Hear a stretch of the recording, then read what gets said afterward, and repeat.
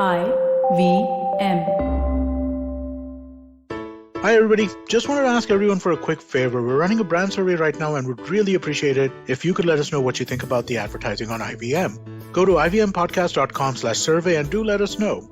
As part of this, we'll be selecting 10 random participants and sending them some IVM swag, so do fill out those surveys.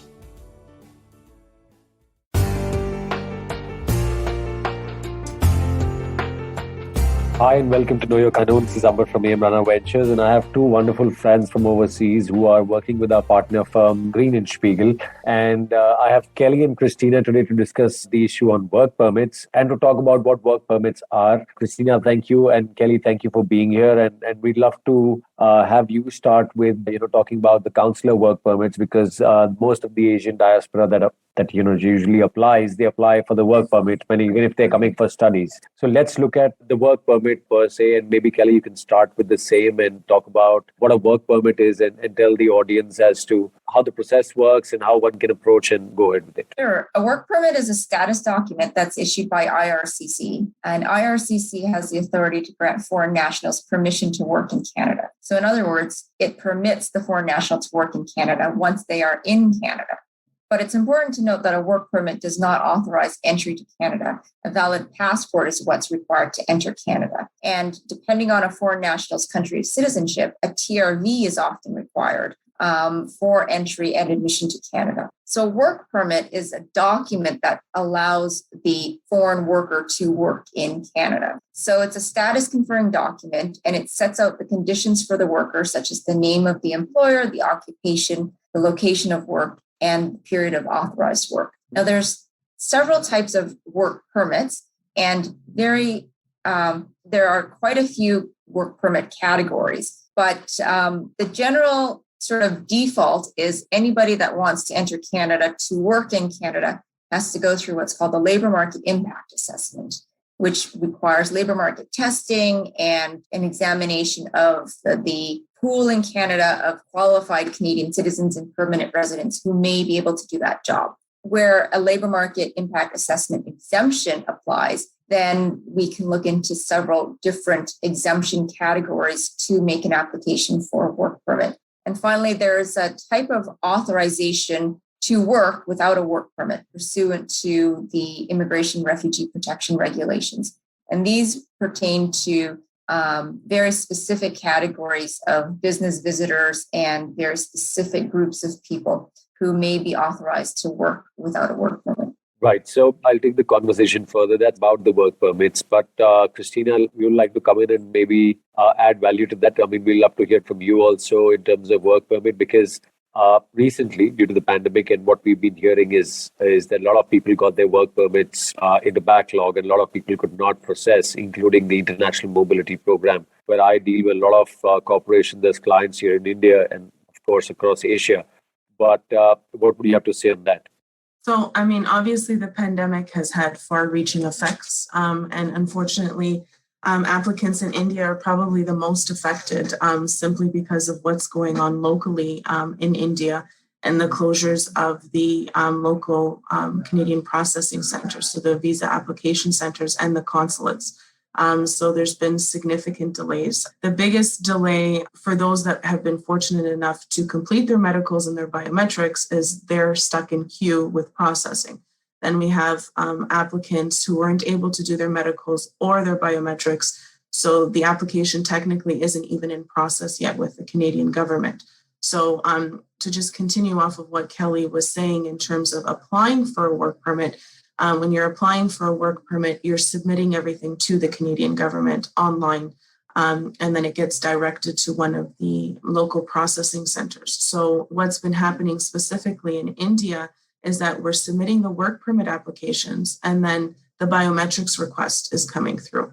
And the biometrics request, as we know, once that's initiated, the application gets sent for further processing. So basically, the processing officer won't look at it until biometrics are completed. So we have applications that are stuck at that point.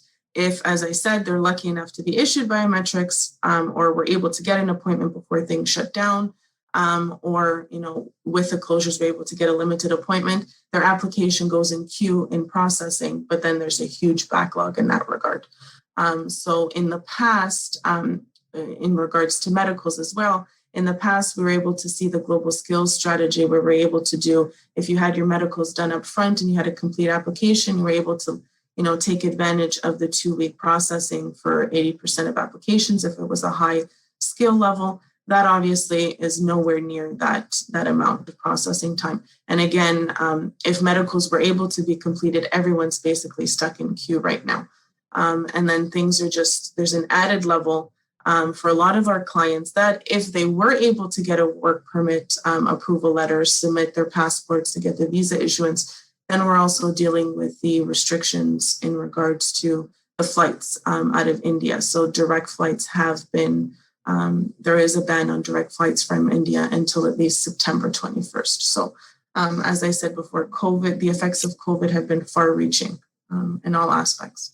So, in this regard, what would you recommend? See, now most of the clientele that we have on our legal side is either aspiring to move on a work permit. Maybe they have a job offer, but yet they can't move because of the restrictions that you're mentioning. But then there are clients as well where I've had some rejections. And me and Stephen, we were discussing them the other day, which was regarding, I would say, people who bought out businesses, right? Now, some genuine businesses in what areas across Canada thinking. And that's one point I wanted to highlight with you guys today was that some of these businesses that people own or invest in is for the purpose of securing a work permit and then converting them into a permanent residency, whether it's a student or whether it's a business investor. As we speak, the work permit zone is like that. So if you could highlight, even for those guys, like people who have bought businesses but haven't been able to really move because the biometrics haven't been processed, what would you recommend to those gentlemen? How is it being fast-tracked, or they're in the same boat as, I would say, an international mobility candidate working for a multinational, or a student who's now done the course during the pandemic and now looking to apply for a work permit? If you could explain this whole paraphernalia as well, how does this work and how people can go through the process and maybe reach out to you?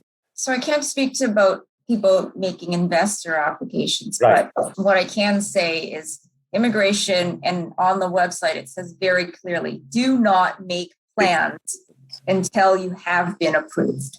So you have to plan ahead. And there's no special treatment just because you have a flight booked for next week. There's no special treatment because you've made an investment. There's no special treatment because you work in a particular occupation or anything. Everybody has to plan ahead. And there's no special treatment because you hire a lawyer or because you use a specific firm or anything like that. The government of Canada is very clear in that do not book your flights. They will not make any special treatment for you because you've made plans.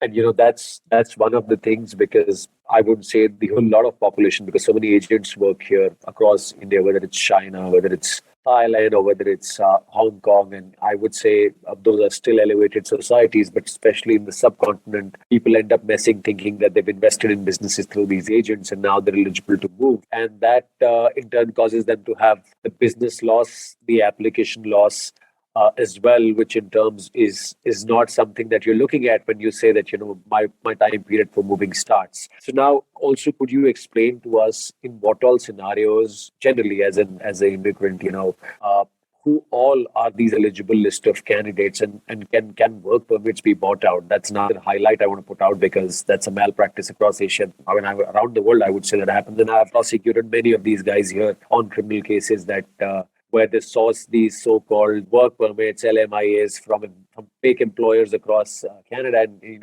as part of my podcast, I've been always discussing these. So maybe we could just talk about it for a couple of minutes, just to also highlight, how the process is and who all fit role for a work permit. I'll talk about the LMIA as the default. And the LMIA is the category that everybody is required to meet, unless they meet an exemption from an LMIA. But the LMIA is the default system. And that system is a rigorous testing system of the Canadian labor market. So if somebody wants to come work in Canada, they can't just pack up their bags, get on a flight and say, hey, I'm here to work. I'm going to hang a shingle. I'm going to look for a job. I'm going to come to Canada and here I am. I'm ready to work. So they have to be prepared. There has to be a Canadian employer. That Canadian employer has to be actively engaged in their business, and they make an application that can take several months for the processing. And if that application is approved, where they have gone and they've advertised to try to recruit qualified Canadians, where they've gone and they've made arguments to the government of Canada demonstrating that there is a skills shortage and that there is a gap in the labor market in Canada. And therefore, the employer has no other option but to hire the most qualified foreign worker available to them. Then they can make, then if that gets approved, the labor market impact assessment, if that gets approved, then they make the application for the work permit. So you can't even make an application for a work permit unless you have approval for the type of work permit that you're going to get. So, people who expect to be able to just come to Canada, buy a job offer, or there is rigorous testing and fraud detection. And the government has a very strict compliance regime for after work permits are issued. So in terms of the labor market impact assessment, it's not just a simple process. It's a long-standing, very rigorous, difficult process that is timely and costs a lot of money and resources. If Christina, you want to add to that? No, absolutely. I mean, everything Kelly has said is, that's something that applicants or, if you're meeting with a consultant or an agency, and they say, oh, no problem, we can find you a job and you'll be in Canada next week. I mean, that's a huge red flag. Because as Kelly said, when you're doing a work permit in LMIA, even the LMIA exempt work permits, there's obligations on the employer and there's obligations on the worker. So if you're doing a process where you're not meeting a Canadian employer, if you don't know what job you're getting, if the job that's being offered to you is not in line with your education and your background, right. It's that saying, if it's too good to be true, it's usually, not true. So that's something to I like to add, I like to ask you a question there.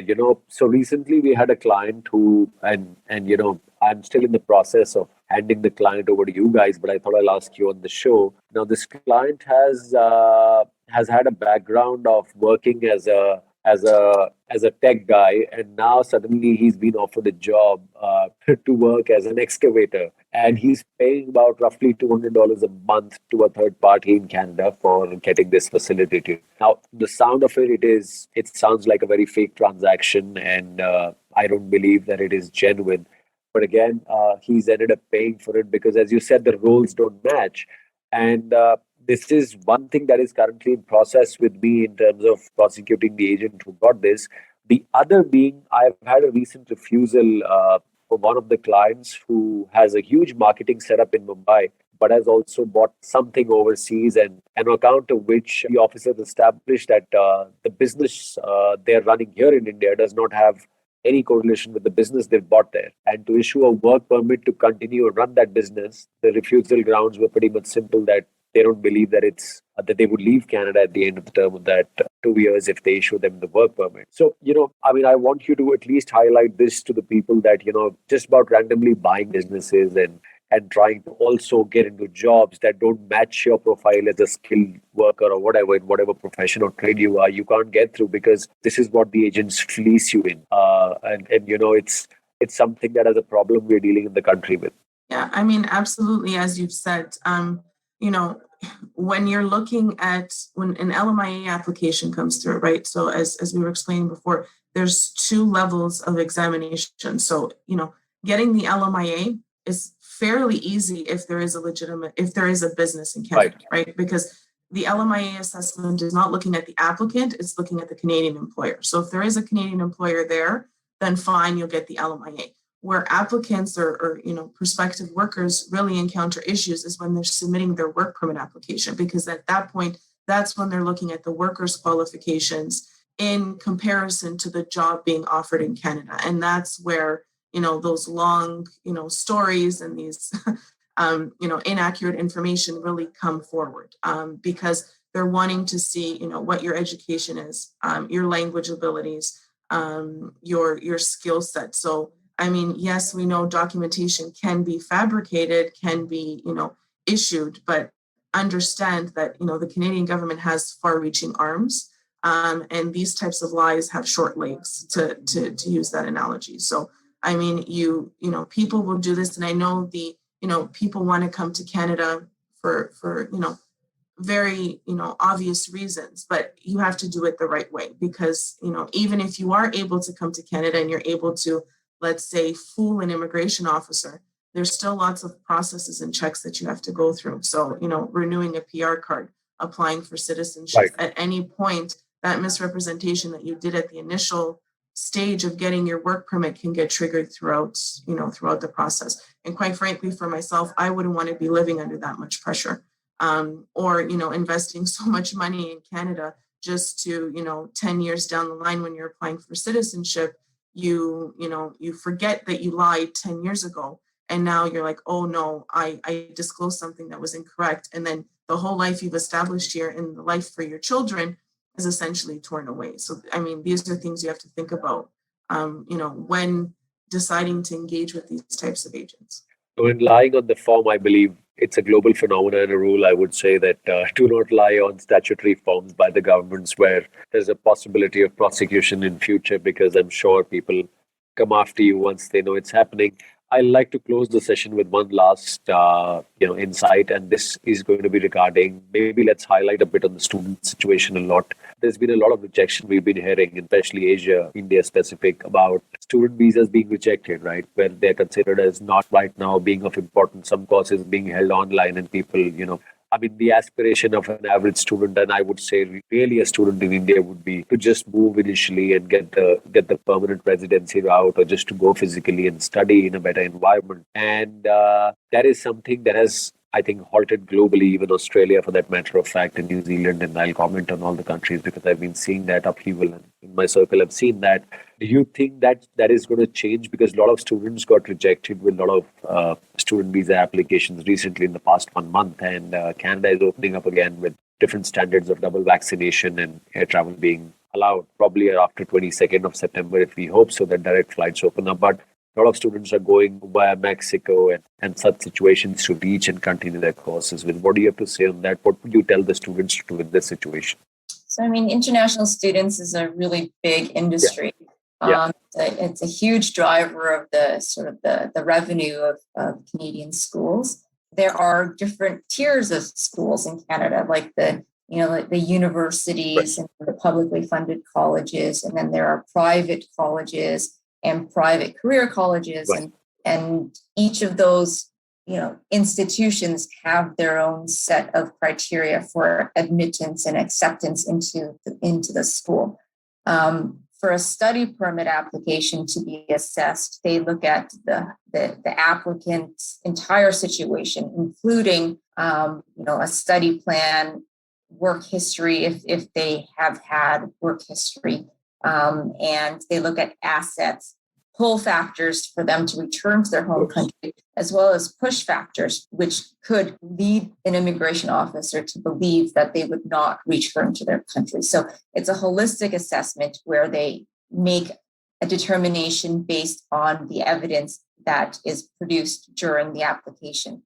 And so when we do a study permit application, it's not a simple application of, I got into this school and I'm, interested in studying in this school. It's very, very involved in terms of showing, assets and in the home country and career aspirations and, reasons for studying in this field. And, it's a very involved application process. So my answer to that is you have to put your best foot forward when you make an application for a study permit. And refusals, we don't speak to refusals on sort of like a blanket broad, broad societal level, but refusals happen where officers do not have enough information to be satisfied that the student meets the criteria. And so you need to arm your application with all of the evidence and more to demonstrate that you qualify for that study permit, or it risks being refused. Now, there are refusals based on, I don't think you're going to return to your home country. And there was recently an article in Canada about how, the diversity of the international student population is not as high as it could be because there are large refusal rates from certain countries and whatnot. But The only thing I can say about that is on an individual level, if you are making an application for a study permit, it's not a simple application. And if anybody thinks it is a simple application, then they're more likely to be refused. The application is complex. There are a lot of arguments and a lot of things that the officer has to be satisfied before they will grant the study permit. Oh, absolutely. And lastly, so I want to highlight this to the students because they reach out to the podcast, when they ask you the questions that why are my application being denied? So whether COVID, no COVID, I think these are the parameters you guys should look at. And it's a national situation, not specific to India. That, your applications are getting rejected. I don't believe that's the kind of approach any government would have. And lastly, to add on to that, anything for students, there are students who worried about their work permits when they've done their full graduation from or their course from there. They still aspire to get those work permits and continue to get placed in Canada, their postgraduate work permits as well. So I believe there's a positive news on that Canada is considering their applications as well, instead of just saying a no to them without being physically present there. So if you could just close with that and we could close today's session. Yeah, absolutely. I mean, when it comes to, a student, the first most challenging part, as Kelly has identified, is getting that study permit approval.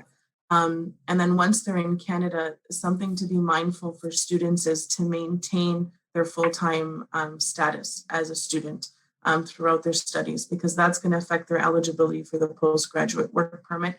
That's essentially why they came to Canada to study in most cases, is to get that postgraduate work permit, obtain Canadian work experience, and then apply for permanent residency.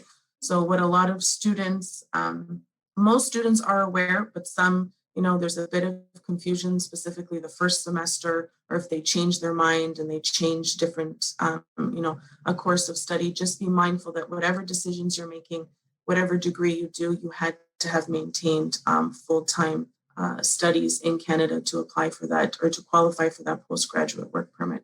So being mindful of that and to just make sure that obviously you pass, which I think most students, they're going to pass and that's why they need the degree, but those full-time studies is key. And then applying for the postgraduate work permit, the timeline and, from when you complete your studies to when you're eligible to apply, that's also a key period of time. So it's about planning things out and just being aware of the immigration aspects, not only, the academic focus as well.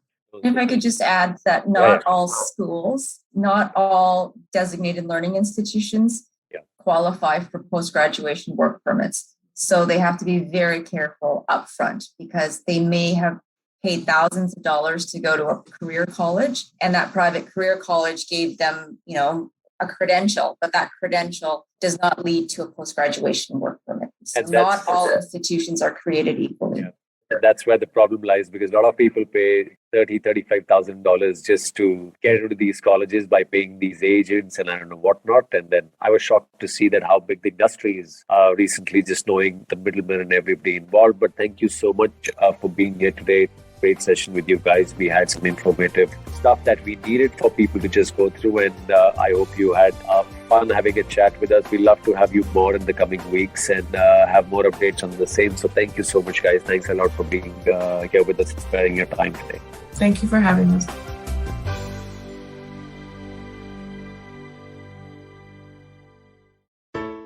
Hey, it's been another great week on the IVM Podcast Network.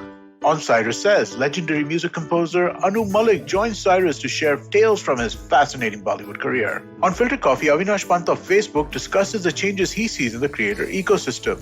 If you're interested in the Pegasus pirate scandal, do check out All Things Policy as they dive deep into India's cybersecurity capabilities. On Nan Curry, the guys host Tanveer Lad, international badminton player and host of the Millennial Athlete. They discuss what kind of food is available at the Olympics, an athlete's diet, and a whole lot more. And on This Round Is On Me, learn about the Indian news media from Lakshmi, founder of Splainer Media.